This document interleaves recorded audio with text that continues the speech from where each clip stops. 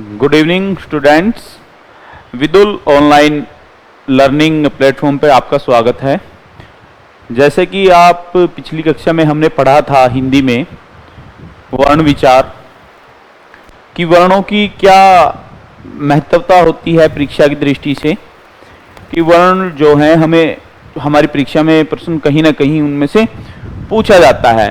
तो उसी कड़ी में हम जब बात कर रहे हैं, मैं पहले भी बात बताई थी कि जो भाषा का क्रम होता है, भाषा के क्रम में सबसे पहले होते हैं वर्ण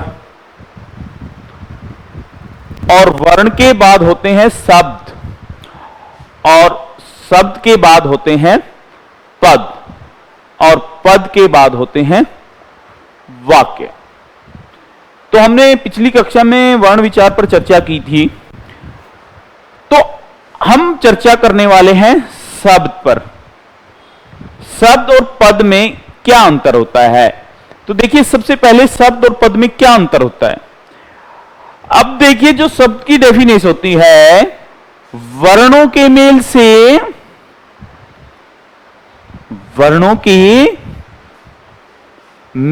से बनने वाली सार्थक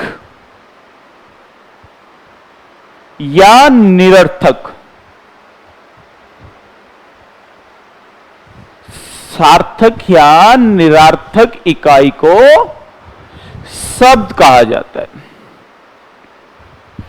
देखिए, वर्णों के मेल से बनने वाली सार्थक या निरर्थक इकाई को हम शब्द कहते हैं। देखिए, जो शब्द होते हैं वो सार्थक भी होते हैं और निरर्थक भी होते हैं। अब देखिए, जैसे मैं लिख देता हूं ए जमा में बै, तो ये जो शब्द बना, अब ये एक कैसा शब्द है? सार्थक। अब मैं लिख देता हूं ए जमा में आ, तो ये क्या बना आपका? आ। तो ये दोनों ही शब्द हैं, लेकिन ये सार्थक है और ये जो दूसरे वाला है ये आपका निरर्थक है। फिर आगे हम बात करते हैं पद की। आपने सुना होगा कि पद परिचय दीजिए, कभी सुना है कि शब्द परिचय दीजिए? तो शब्द परिचय नहीं होता, हमेशा क्या होता है? पद परिचय। पद परिचय की परिभाषा क्या होती है? जो शब्द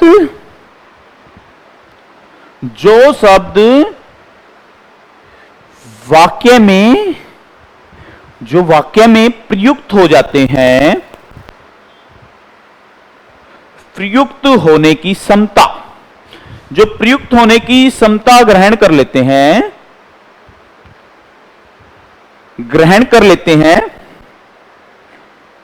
वो आपके पद कहलाते हैं। जैसे मैं यहां लिख रहा हूं राम। राम वैसे तो संज्ञा है, लेकिन ये एक पद है, नहीं सॉरी शब्द है।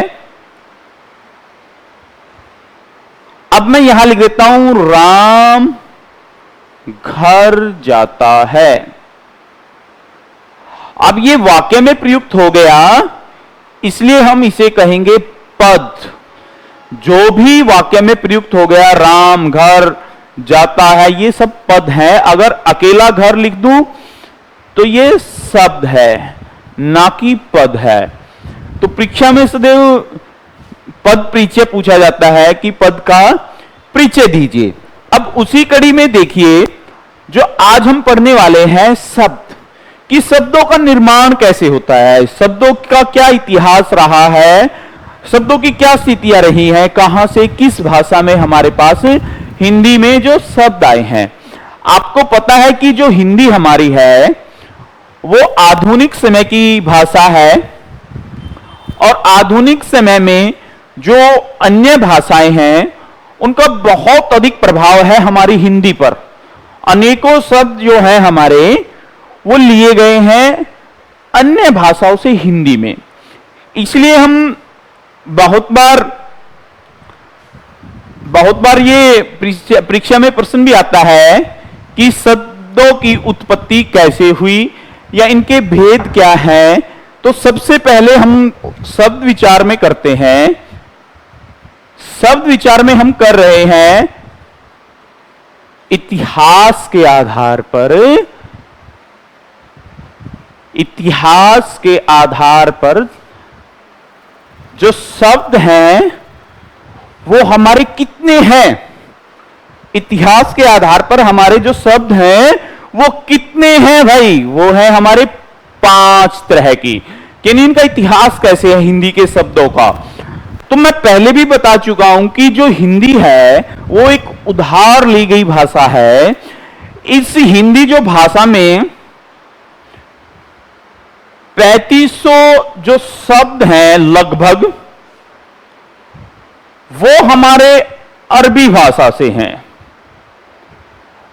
और 3000 जो शब्द हैं लगभग वो हमारे फारसी से हैं, और 2500 के जो 2500 शब्द हैं वो हमारे लगभग अंग्रेजी भाषा से हैं।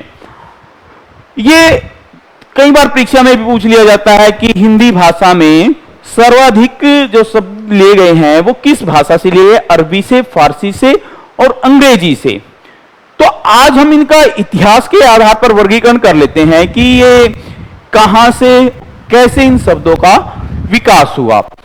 जो अरबी जो शब्द हैं और अरबी, फारसी और अंग्रेजी के, इनकी मुख्यतः 2 बातें रही होंगी क्या रही है, क्यों हमारे पास जितने भी मुस्लिम जो आक्रमणकारी थे उन्होंने हमारे ऊपर आक्रमण किया, और यही के वो होके रह गए। उनकी भाषा का अधिक प्रभाव होने के कारण हमें अरबी और फारसी से हिंदी में शब्दों को प्रचुर मात्रा में लिया गया, प्रचुर संख्या में लिया गया। और जो फिर अंग्रेजी है, तो अंग्रेजों ने हमारे ऊपर लंबे समय तक राज किया, तो लंबे समय से अधिक राज करने के कारण हमें अंग्रेजी के जो शब्द हैं वो हिंदी में प्रयुक्त होने लगे। तो अब हम बात कर रहे हैं कि इतिहास के आधार पर जो शब्द हैं वो कैसे हैं और कितने प्रकार के हैं। 5 प्रकार के हैं इतिहास के आधार पर। तो सबसे पहले जो हैं हमारे तत्सम शब्द हैं। दूसरे जो हमारे हैं वो हैं तद्भव शब्द, और तीसरे जो शब्द हैं हमारे देशज शब्द, और जो चौथे हैं वो है हमारे विदेशज शब्द, और जो 5वें हैं वो है हमारे संकर या मिश्रित शब्द। देखिए, इतिहास के आधार पर जो हमारे शब्द हैं वो हमारे 5 प्रकार के हैं: तत्सम, तद्भव, देशज, विदेशज और संकर शब्द। अब तत्सम शब्द की जो परिभाषा है, तत्सम शब्द की परिभाषा देखिए, ऐसे शब्द जो संस्कृत भाषा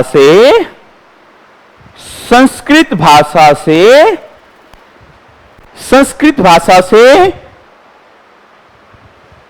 हिंदी भाषा में जो के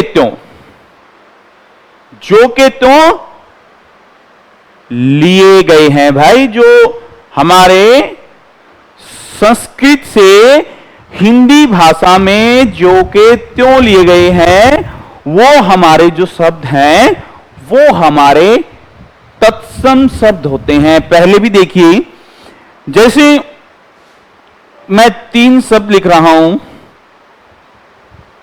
उज्जवल, उज्जवल, उजाला। जो हमारा देखिए सबसे पहले उज्जवल लिखा हुआ है, ये उज्जवल जो है हमारा संस्कृत भाषा का है, मतलब तत्सम शब्द है।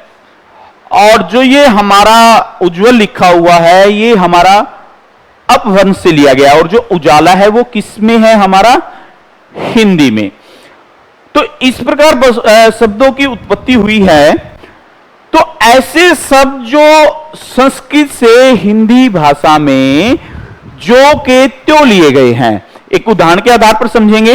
और तद्भव शब्दों की परिभाषा क्या होती है कि जो रूप बदलकर संस्कृत भाषा से हिंदी भाषा में रूप बदलकर, ना कि अर्थ बदलकर, अर्थ सामान्य वही रहेगा जो पहले था।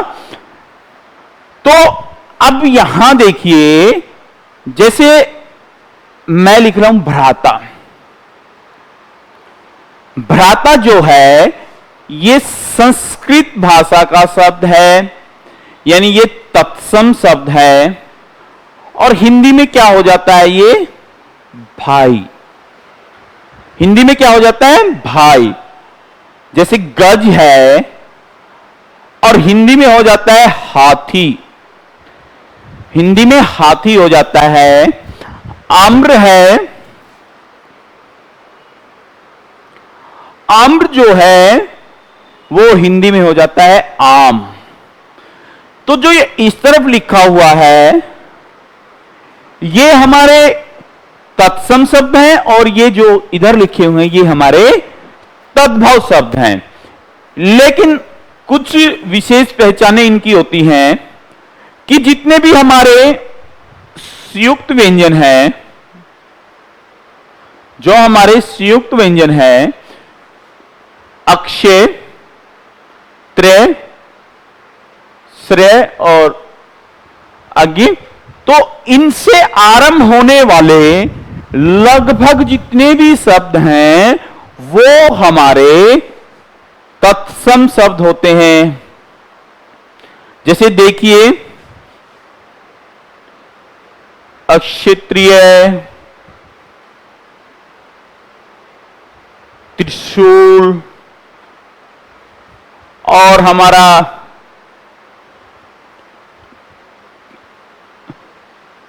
त्रिभुज है। तो ये हमारे जो मुख्य शब्द हैं ये हमारे सब तत्सम शब्द हैं। अब तद्भव इनका रूप बदल दिया जाता है कि जब रूप बदलकर कोई बात की जाती है। फिर आती है बात देशज शब्द की, कि देशज शब्द कौन से हैं हिंदी भाषा में। हिंदी भाषा में देशज का मतलब होता है देश में जन्मा हुआ शब्द। जो देश में जन्मा हुआ जो शब्द है, यानी देश में जो जिन शब्दों की उत्पत्ति हुई है, इसका जो विग्रह करते हैं, देश में जन्मा, यानी जिसका जन्म देश में हुआ है, जो देश में पैदा हुआ है, वो हमारे शब्द जो हैं देशज शब्द होते हैं। अब देशज शब्द में देखिए, मुख्यतः सबसे पहले देखिए पट्टी, जो हमारा पट्टी, टाट, और हमारा धोती हो गया। आप देखते हो कि जो धोती शब्द है, धोती हो गया, कुर्ता हो गया, ये कुछ ऐसे विशेष शब्द होते हैं कि आप इंग्लिश में भी चाहे इनको देख लीजिए कि इंग्लिश में धोती को धोती ही लिखा मिलेगा, कुर्ता को कुर्ता ही। तो ये जो शब्द हैं ये हमारे देशज शब्द हैं।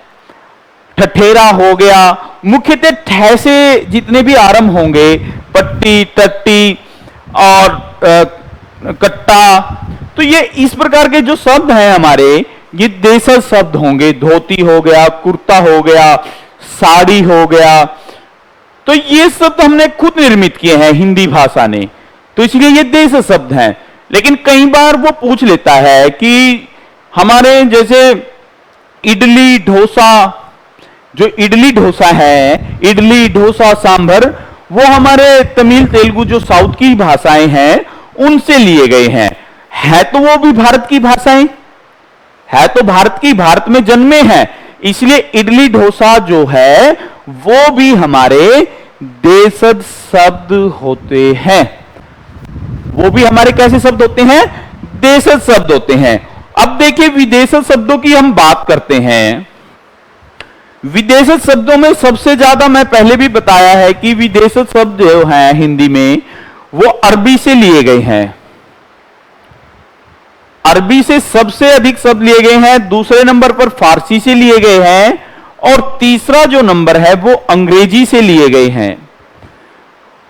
तो मुख्यतः देखिए जो अरबी भाषा के हैं, अरबी भाषा से कर्ज, माफी, कर्ज माफी, और जो हमारा कुर्सी, मेज, किताब,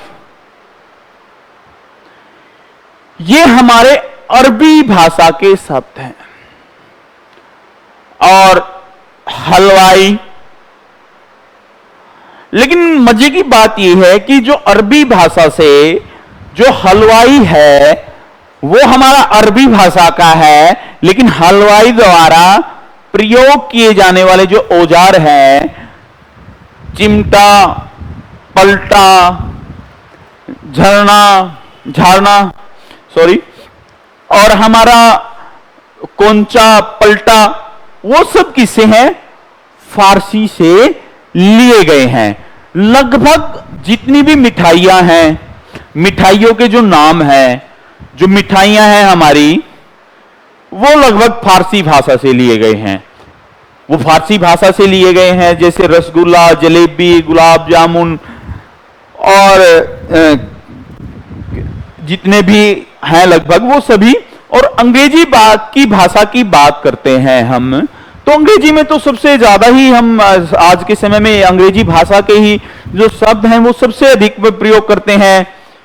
ट्रेन हो गया, मोटर हो गया, बाइसिकल हो गया, जो हमारा बाइसिकल है,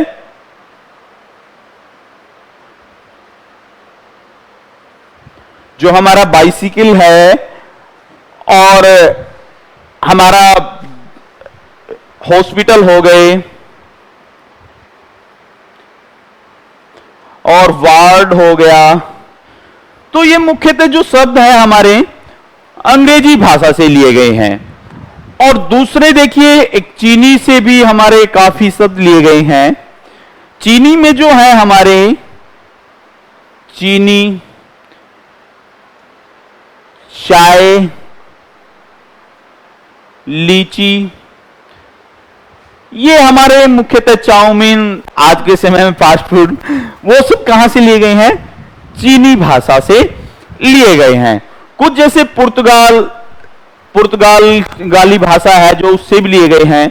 जितने भी हमारी मेवाएं हैं, ड्राई फ्रूट्स हैं, काजू बादाम, पिस्ता, और जितने भी हमारे कहवा, जितने भी मसाले हैं, वो सारे के सारे हमारे लगभग जो हैं वो पुर्तगाली भाषा से लिए गए हैं। कुछ जैसे हमारे रशियन से भी लिए गए हैं। रशियन भाषा से जितने भी हमारे ताश में हम प्रयोग करते हैं, इक्का, बेगम, बादशाह, तुर्प, तो ये सब हमारे रशियन भाषा से लिए गए हैं। ये हमारे मुख्यतः जो शब्द हैं ये हमारे रशियन से लिए गए हैं। और ये कुछ हमने चर्चाएं की।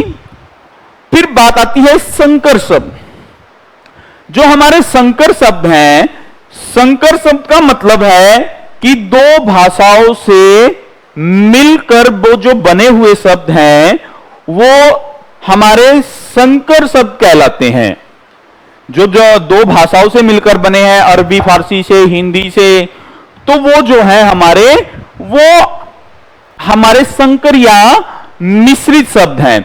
जैसे देखिए, जैसे कन्या, कन्या जो है हिंदी का शब्द है, और इसके पीछे मैं दान लगा देता हूं तो क्या बन जाता है भाई? कन्यादान। जो कन्यादान है, कन्या और जो दान शब्द है, वो हमारा अरबी भाषा से लिया गया है। इसलिए जो कन्यादान है वो हमारा संकर शब्द या मिश्रित शब्द होगा। अब देखिए और भी बहुत सारे हैं। सब इंस्पेक्टर हो गया, या देखिए पायादान पाए रखने का स्थान, वो पाए रखने का स्थान जो है वो भी हमारा संकर शब्द है। और देखिए रेलगाड़ी हो गया, मोटर गाड़ी हो गया, ये जितने भी हमारे शब्द हैं, गाड़ी, दान, तो ये हमारे जो हैं ये सब संकर शब्द हैं। जैसे एक शब्द होता है सिलबंद। अब जो सिल शब्द है वो अंग्रेजी का है और जो बंद शब्द है वो हमारा फारसी भाषा का है। तो इस प्रकार हम इतिहास के आधार पर इनका वर्गीकरण कर सकते हैं कि पूछा जा सकता है कि इतिहास के आधार पर बताइए कि जो हमारे शब्द हैं वो किन किन भाषाओं से लिए गए हैं। ये पूछ लेता है कि क्रम में लगाइए कि किस भाषा से सबसे अधिक जो है हमारे जो शब्द हैं वो किस भाषा से लिए गए हैं। तो ये बड़ी महत्वपूर्ण है। उसके बाद देखिए ये हम इतिहास के आधार पर किए हैं। अब उसके बाद हम चलते हैं कि जो इनके उत्पत्ति हुई है कि उत्पत्ति के आधार पर शब्द बताइए। जो हमारा उत्पत्ति है, उत्पत्ति के आधार पर शब्दों का वर्गीकरण कीजिए। तो अब उत्पत्ति के आधार पर जो है हमारे वो 3 प्रकार के शब्द हैं भाई। वो हमारे 3 प्रकार के हैं। पहला जो है, जो पहला है वो है हमारा रूढ़ शब्द, जो परीक्षा में बहुत बार आया है, रूढ़ शब्द। और जो दूसरा है वो है हमारा यौगिक शब्द। और जो तीसरा है हमारा वो है योग रूढ़ शब्द। आप देखिए कि वो पूछता है कि उत्पत्ति के आधार पर या व्युत्पत्ति के आधार पर भी आ जाता है। व्युत्पत्ति के आधार पर बताइए। तो वो हमारे 3 प्रकार के होते हैं, रूढ़ शब्द, यौगिक शब्द और योग रूढ़ शब्द। अब रूढ़ शब्द ऐसे शब्द जिनके सार्थक खंड ना किए जा सके, ऐसे शब्द जिनके सार्थक खंड ना किए जा सके। खंड तो किए जा सकते हैं लेकिन सार्थक खंड कभी नहीं होंगे, सार्थक खंड नहीं किए जा सकते। अब जिन शब्दों के सार्थक खंड नहीं किए जाएंगे वो हमारे रूढ़ शब्द होंगे। जैसे परीक्षा में पिछली बार आया था चावल, पूछ लिया था कि ये यौगिक शब्द है या योग रूढ़ शब्द है या रूढ़ शब्द है। तो अब इसको तोड़ते हैं, चा जमा में वल, टुकड़े 2 हुए लेकिन कोई सार्थक खंड ना हुआ, कोई अर्थ नहीं निकला, इसलिए ये हमारा कैसा हो गया, रूढ़ शब्द। अब देखिए मैं लिख देता हूं घोड़ा, गाड़ी, पलंग। तो इन शब्दों के हम टुकड़े करते हैं, घो जमा मेड़ा तो कोई निश्चित अर्थ नहीं निकलता, गा जमा मेडी कोई अर्थ नहीं निकलता, पल जमा में लंग देख लीजिए कोई निश्चित अर्थ नहीं निकलता। जब निश्चित अर्थ कोई नहीं निकलता, तब निश्चित अर्थ नहीं निकलेगा तो इसका मतलब क्या है, ये शब्द रूढ़ शब्द हैं। ये सब हमारे रूढ़ शब्द हैं। जैसे पंखा भी कई बार आ चुका है कि पंखा बताइए, तो पंखा में भी देख लीजिए पंख जमा में खा तो कोई निश्चित अर्थ नहीं है, इसलिए कैसा शब्द है, रूढ़ शब्द है। अब इसी कड़ी में आगे हम चलते हैं यौगिक शब्द।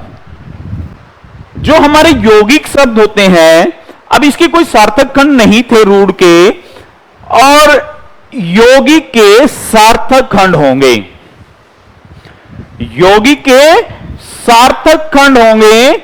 जब सार्थक खंड होंगे किसी भी शब्द के, तो सार्थक खंड होने के कारण वो क्या हो जाएगा, आपका यौगिक शब्द हो जाएगा। जैसे मैं लिख देता हूं यहां पर विद्यालय, मैंने लिख दिया, तो इसके जो सार्थक खंड होंगे, विद्या जमा में आलय, विद्या आलय, विद्या को ग्रहण करने का जहां विद्या मिलती है, विद्यालय। अब दो खंड हुए, विद्या जमा में आलय, दोनों ही सार्थक खंड हैं, इसलिए जो हमारे शब्द हुए ये हमारे हुए यौगिक। अब देखिए विद्यार्थी मैं लिख देता हूं,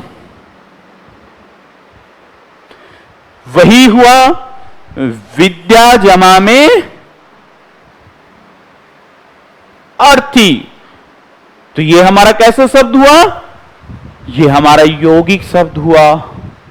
अब बहुत सारे हैं जिनके अर्थ अलग हो जाते हैं, तो वो अलग होने के कारण जिन दो शब्दों का यो अर्थ निकल जाएगा, सार्थक खंड हो जाएंगे, तो वो हमारे यौगिक शब्द होंगे। जिनमें खंड नहीं होंगे वो हमारे रूढ़ शब्द होंगे। अब इसी कड़ी में आगे चलते हैं हम योग रूढ़। अब योग रूढ़ में देखिए, जो योग रूढ़ शब्द है, जो योग रूढ़ शब्द है हमारा, उसकी परिभाषा क्या होती है। वैसे मैं आपको बता देता हूं कि जो योग रूढ़ शब्द हैं, कि जो किसी व्यक्ति विशेष के लिए प्रयोग किए जाएं, जो किसी व्यक्ति विशेष के लिए बन जाए, उन शब्दों को हम योग रूढ़ शब्द कहते हैं। या ये कह लीजिए ऐसे शब्द जिनका कोई निश्चित अर्थ नहीं होता और अन्य के आने पर ही उसका अर्थ निकलता है। और ये कह लीजिए योग रूढ़ जितने भी हमारे शब्द होते हैं उनमें बहुव्रीहि समास होता है। ये कई बार परीक्षा में भी आ चुका है कि योग रूढ़ शब्दों में कौन सा समास होता है। योग रूढ़ शब्दों में बहुव्रीहि समास होता है। तो योग रूढ़ शब्द यानी ना तो प्रथम पद प्रधान, ना द्वितीय, तीसरा पद प्रधान। जब समास की परिभाषा में हम लेकर चलते हैं, तो उसके बाद देखिए जो योग रूढ़ है कि जो किसी व्यक्ति विशेष के लिए माने जाते हैं, किसी व्यक्ति विशेष के लिए जो शब्दों का प्रयोग होता है, व्यक्ति विशेष शब्द जो होते हैं वो हमारे योग रूढ़ शब्द होते हैं। जैसे देखिए मैं यहां लिख रहा हूं दशानन।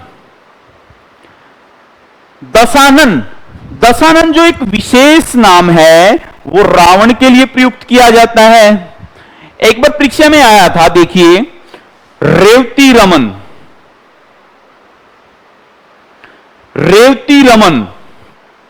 अब रमन जो है, रेवती रमन, ये होता है बलराम के लिए प्रयोग किया गया है। तो बलराम के लिए प्रयोग किया गया है। और जानकी नंदन, जानकी सीता का नाम है और नंदन उसके बेटे का, लव कुश के लिए प्रयोग किया गया है। और देखिए हमारा जैसे जिस शब्द के पीछे ईश लग जाता है, ईश, जैसे यहां मैं लिख देता हूं सतीश। ईश यानी जो ईश है हमारा, वो हमारा इसका अर्थ होता है पति या स्वामी। पति या स्वामी के लिए प्रयुक्त होता है। तो तीस जो है सती का स्वामी। सती का स्वामी मतलब कौन है, शिव है। और हमारे देखिए श्वेतांबर इस कड़ी में आ सकता है, दिगंबर आ सकता है, श्वेतांबर आ सकता है, दिगंबर आ सकता है, जनार्दन आ सकता है। जनार्दन तो बहुत ही महत्वपूर्ण है। जनार्दन विष्णु जी के लिए प्रयोग किया जाता है और श्वेतांबर भी विष्णु जी के लिए प्रयोग किया जाता है। और तो ये ऐसे कुछ शब्द होते हैं कि जिनको जो कोई व्यक्ति विशेष के लिए, जब सतीश है, सतीश कोई यौगिक नहीं है, सतीश शिव भगवान के लिए प्रयुक्त किया जाता है। शिव जी के लिए प्रयोग करने के कारण तो सतीश हो गया कि सती का पति है। और हमारा रेवती रमन हो गया, रेवती का जो रमन है यानी जो रेत हलाधर जिसको हम कहते हैं, हलाधर भी इसका महत्वपूर्ण है कि जो जिसका हल यानी रेत को चीरने वाला हथियार है जिसका, उसे हम कहते हैं रेवती रमन, हलादार हल है हथियार जिसका। तो ये जो शब्द है हमारे बहुव्रीहि समास भी होगा इनमें, और साथ में ये हमारे क्या होंगे, योग रूढ़ शब्द होंगे। और विशेष मुख्य मैं बात आपको बता देता हूं कि जो 1008 नाम हैं, कई बार परीक्षा में पूछ लिया जाता है कि ये किसका पर्यायवाची है, किसका समानार्थी है। तो जो सबसे अधिक हमारे नाम है जो सनातन में, वो विष्णु जी के लिए, विष्णु भगवान जी के लिए सबसे अधिक प्रयोग किए गए हैं 1008 नाम। तो कई बार तुक्का भी लग जाता है बच्चों का कि भाई परीक्षा में 1008 नाम किसी का ना पता हो तो सोच लेते हैं कि विष्णु भगवान का है। वो जितने भी नाम होंगे वो सब आपके लगभग आपके जो होंगे वो सारे के सारे हमारे योग रूढ़ शब्द होंगे। अब उससे आगे हम चलते हैं, उससे आगे देखिए, उससे आगे हम दो तरह से और इनका वर्गीकरण कर सकते हैं। जो पहला वर्गीकरण है प्रयोग के आधार पर, पहले हम प्रयोग के आधार पर करेंगे, और दूसरा जो है हमारा वो हम अर्थ के आधार पर करेंगे। लेकिन इससे पहले मैं आपको बता देता हूं, यौगिक जो शब्द होते हैं उनका निर्माण 3 प्रकार से होता है। उनमें विशेषण के आधार पर या उपसर्ग या प्रत्यय के आधार पर उनका निर्माण हो जाता है कि जहां पर उपसर्ग प्रत्यय लग जाते हैं तो तभी भी हमारा यौगिक शब्द हो जाते हैं। तो अब देखिए जो शब्द विचार में अगले हैं हमारे, वो अगला जो है प्रयोग के आधार पर है।